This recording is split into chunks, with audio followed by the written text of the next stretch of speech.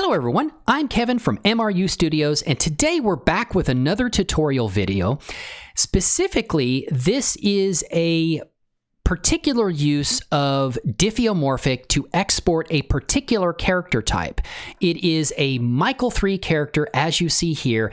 His name is Commander Jarek. He appears and stars in our upcoming visual novel, actually the visual novel episode 1 that's already been released to the channel here. You can click the link in the card above or in the description below, and that will take you to our new, fun, animated visual novel series. It's a science fiction adventure full of humor, upcoming action, and adventure. It's based on stories I wrote during a very dark time in my life. They help get me through those hard times, and I'm hoping the fun adventure I'm releasing to YouTube here for the viewing audience, it can do the same for them as well, put them in a better place. And in the meantime, I'd like to create tutorial videos to help everyone out, and I'm learning myself by watching other creators on the platform. But this is a Michael 3 character, as I said. He was created, very old character type that was created and predates the Genesis technology, even Genesis 1, predates Michael 4, Victoria 4, which from what I understand is still a fairly popular character type. I don't know that Michael 3 is particularly, but he had the clothing and the look that I wanted for my visual novel. He still looks really good today. It's about 15 or 20 years old, and like I said, predates Genesis technology, and I believe even DAZ Studio itself. It is a model that was created by DAZ 3D for supporting available in Poser. But he still works in DAZ Studio, and as you'll see here, he also works well in Blender if you export him right. The particular thing we're going to be talking about is an issue you run into if you do a straight export using Diffeomorphic. There's some stuff you have to do to the rigging to make sure the character's clothing lines up and connects with the character itself. So when you pose and move the character's arm, the clothing and everything attached to him moves at the same time. So with that, as I said, we have the awesome, amazing, fantastic, badass Commander Jarek here to help us demonstrate this export. Commander Jarek, please say hello to the viewing audience. With that, let's get started.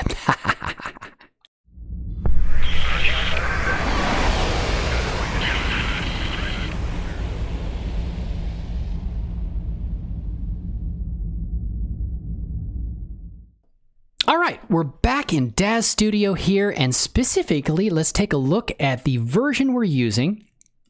It is a 4.16.0.3, so in the future, this is the latest version we have. In the future, if you're watching this, you'll know what version we're using.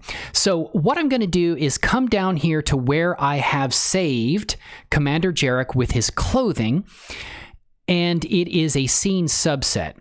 I'm using a particular product here, basically Michael 3, which is still available on the DAZ Studio store. It is Michael 3 base here. We're also using the Michael 3 Millennium Beard, which is a product, basically puts facial hair on the Michael 3 character. Also, we're using the Michael 3 Universal Texture Maps. Basically, with Michael 3, you got the character, looks like a mannequin without any skin or anything, and you bought the texture map for the skin separately. So I got the high resolution version of that. So those three products, in addition to the MOS Invasion, which is a soldier looking outfit for the Michael 3 character, very luscious. And also a texture map replacement add-on for that called Starship Crew, where you basically apply different textures to the soldier outfit to get a Starship Crew looking uniform. Very cool. So we're using those just so you get an idea of the products we have still sold on the DAZ Studio store. So we're going to go in and select Michael 3, the Commander Jarek. Now, with Commander Jarek, we save him as a scene subset because of the character, the weight mapping for the rigging.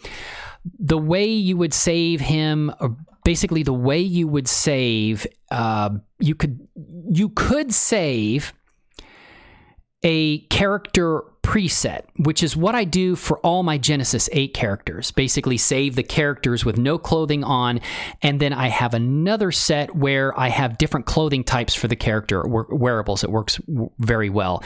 With the default rigging for Michael 3, it doesn't have the right weight mapping to do that, so I just save them as a scene subset. I think if I convert to the weight mapping I'm going to show you, I could do these separate characters and then clothing, but for him, he's always wearing the same uniform, so it's perfectly fine. So let's go ahead and bring him in as our scene subset here. All right, so here we have Michael 3, the Michael 3 Commander Jarek with his snazzy uniform on. And this is what he looks like in NVIDIA iRay. As I said, still a very good looking character, and I'm happy to be able to use him.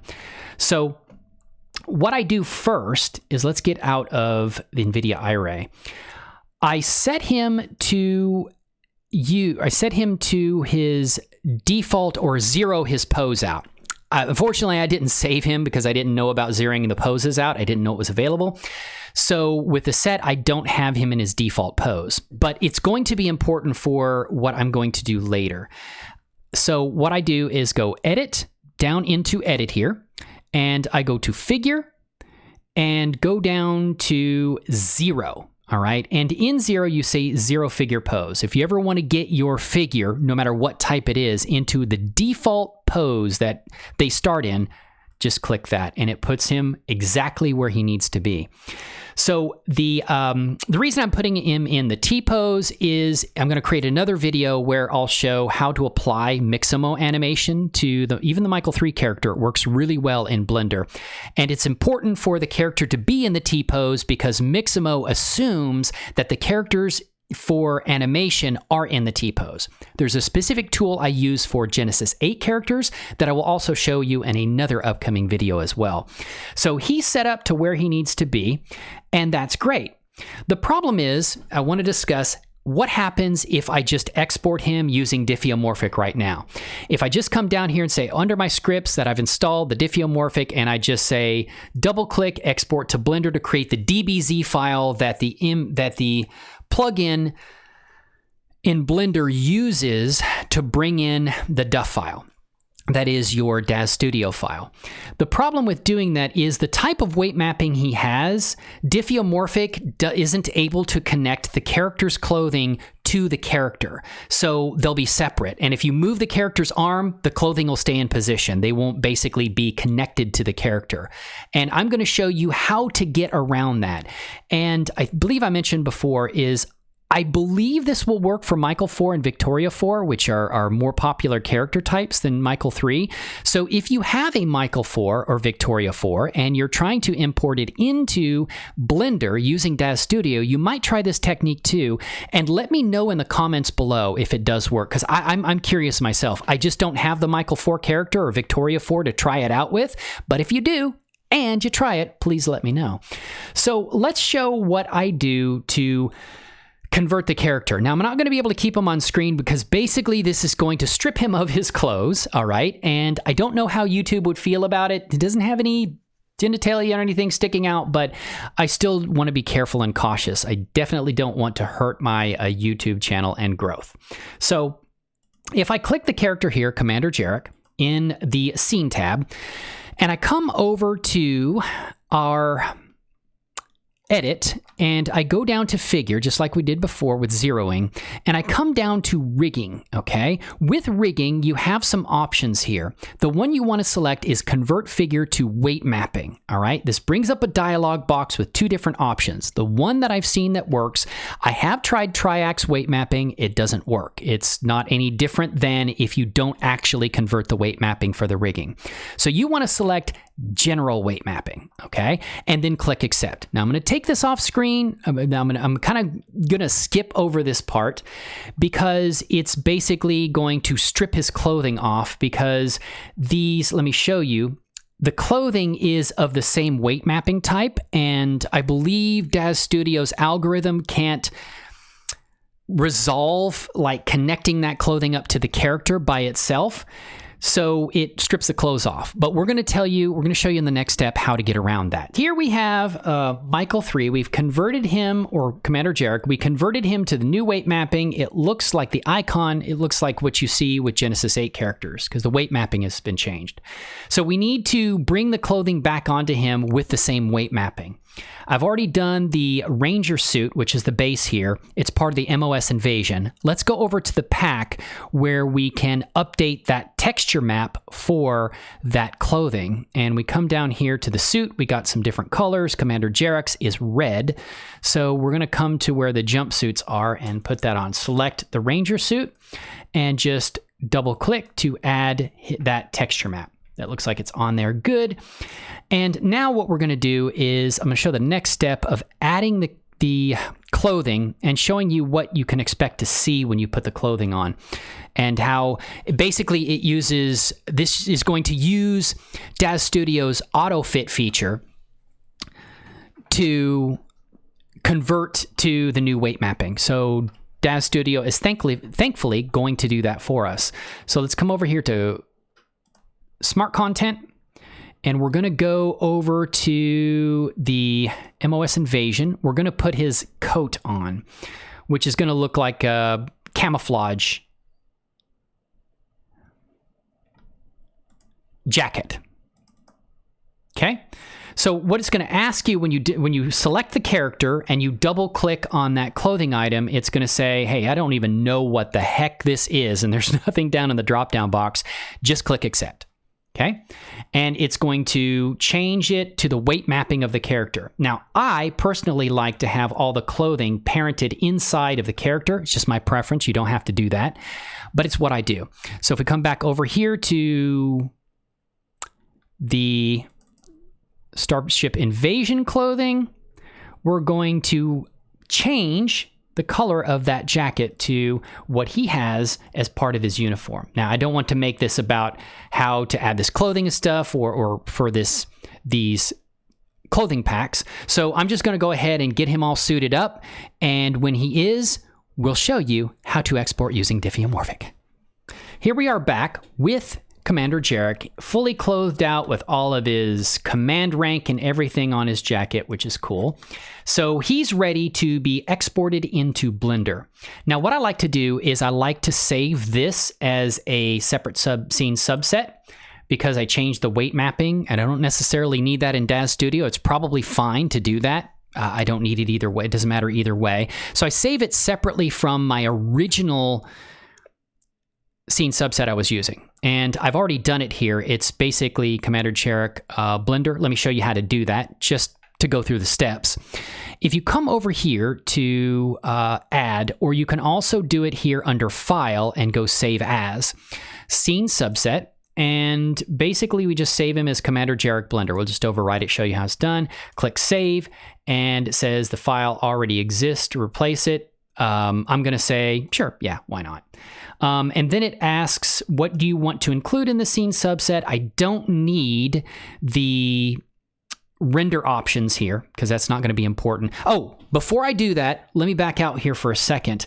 By default, it looks like the Genesis, or I'm sorry, it looks like Michael 3, and this character type comes with some IK chains already set up for the hands and feet and legs.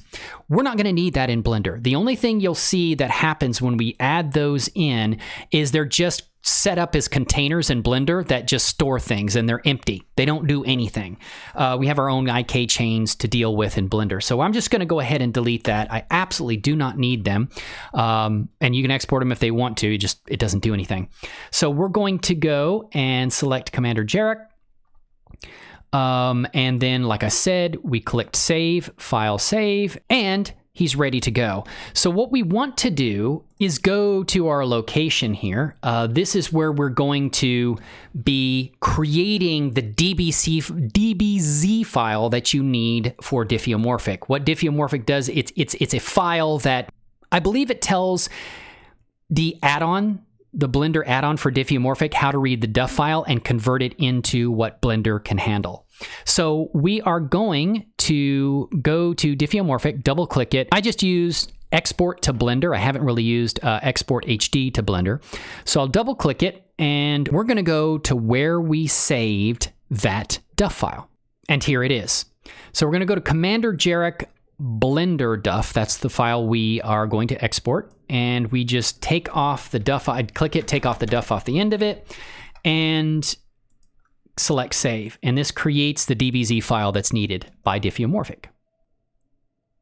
And it tells you basically it's done and how long it took to do the conversion. And you'll see over here, if we refresh this, there is a DBZ file there, which will be used by Diffeomorphic in Blender. So with that, let's go over to Blender. All right, we're in one of my favorites here, Blender, and we're going to import this character. If you have Diffeomorphic installed, it's going to show up in your add-ons here. It's called DAZ Importer. The DAZ to Blender bridge is the DAZ to Blender is, of course, the DAZ to Blender bridge, but we're using Diffeomorphic. So you click that tab, brings up the Diffeomorphic options here, and we're going to click Easy Import DAZ. If you saw my last video, if you do import DAZ, it doesn't connect the rigging of the clothing to the rigging of the character, and you have to do that manually. But if you use Easy Import DAZ, it automatically does it for you, which is great. So let's just click Easy DAZ Import, and we're going to go to where our DUF file is. So we're going to come in here, go down to where we have it saved, wherever you're going to have it saved. And we select the DUF file and say Easy DAZ Import. Okay, so you might get a little warnings up here about how it set things up for the different render engines inside of Blender. I've never seen any errors. They're just telling you, hey, you know, this is what we did.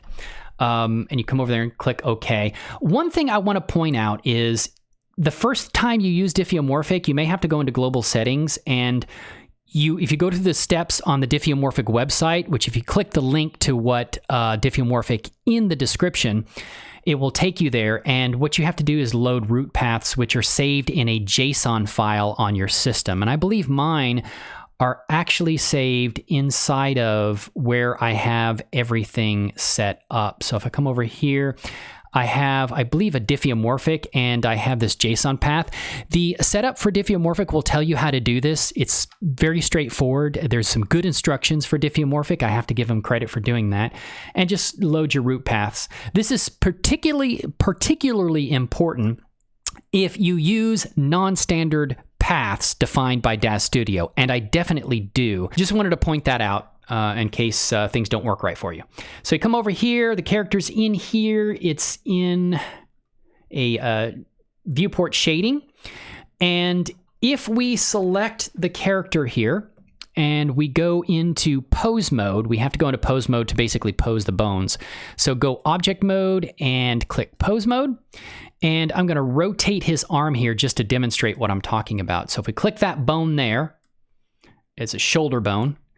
And we move it, all the clothing and everything follows the character. And like I said, what you'll see is if you don't first change the rigging of Michael 3, you're going to see that as you move the arm, all the clothing he's wearing is going to stay in the default position. Basically, his arm, legs, and everything is going to tear out of the clothing because the rigging couldn't be aligned. Diffeomorphic couldn't resolve the rigging of the clothing to the rigging of the character.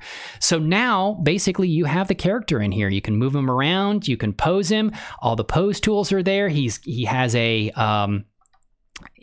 rigging set up, and he looks beautiful in cycles. Let me go ahead and take a look at him. Let's take a look. Let's set up our device. We're going to use the GPU. 500 samples is probably fine for what we're doing. I turn off denoising. I'm not going to need it, and we're going to select viewport shading. All right, now he looks dark.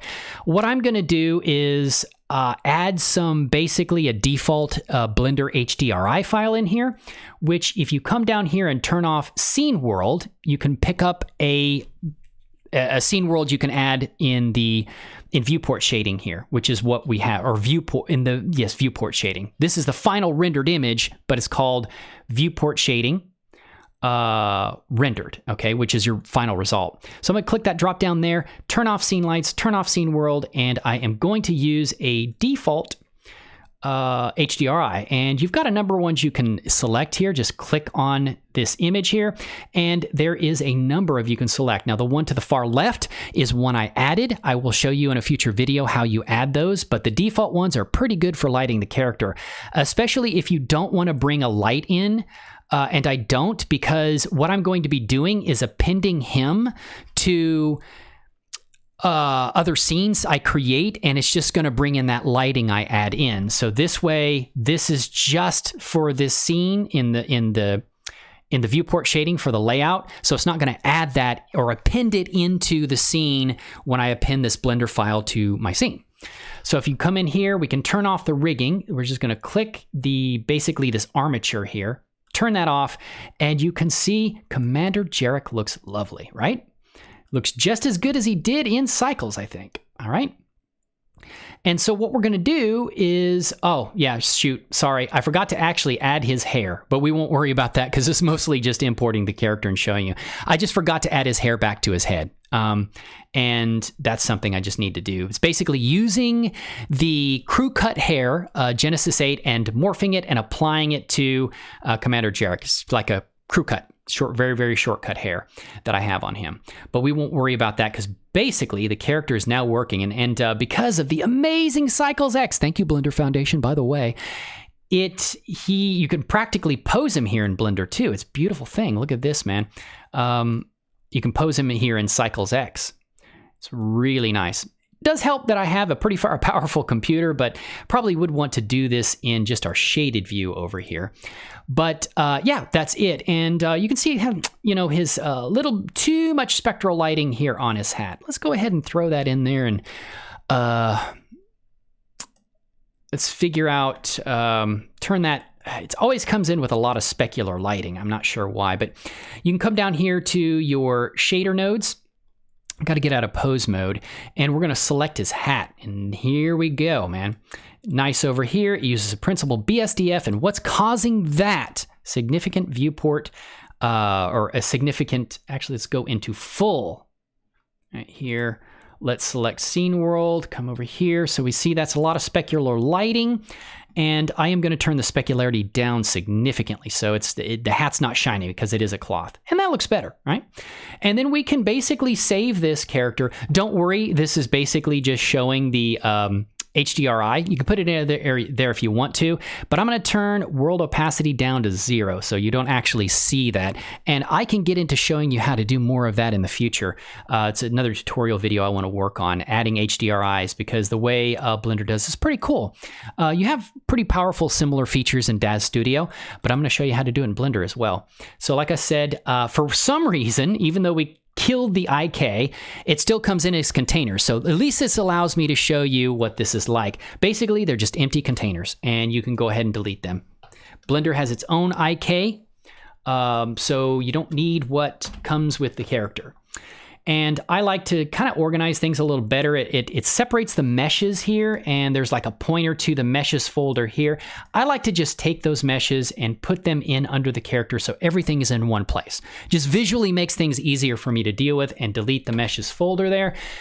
So now I love the way Diffeomorphic brings this stuff in. It's very well organized, and we have a fully posable Commander Jarek. You know, we can move his arms, his legs, his head. We've got all of the features. God bless the makers of Diffeomorphic. They are wonderful human beings.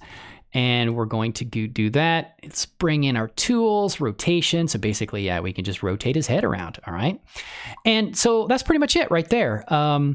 If you have any questions or anything related to this, like I said, if you have a Michael 4, Victoria 4, which I don't have, and you want to try this out to see if it works when you're exporting characters using Diffeomorphic, please let me know in the comments. I would love to know so we can share with other animators and we can all learn together, because together we're going to find our way. It's a beautiful thing, right?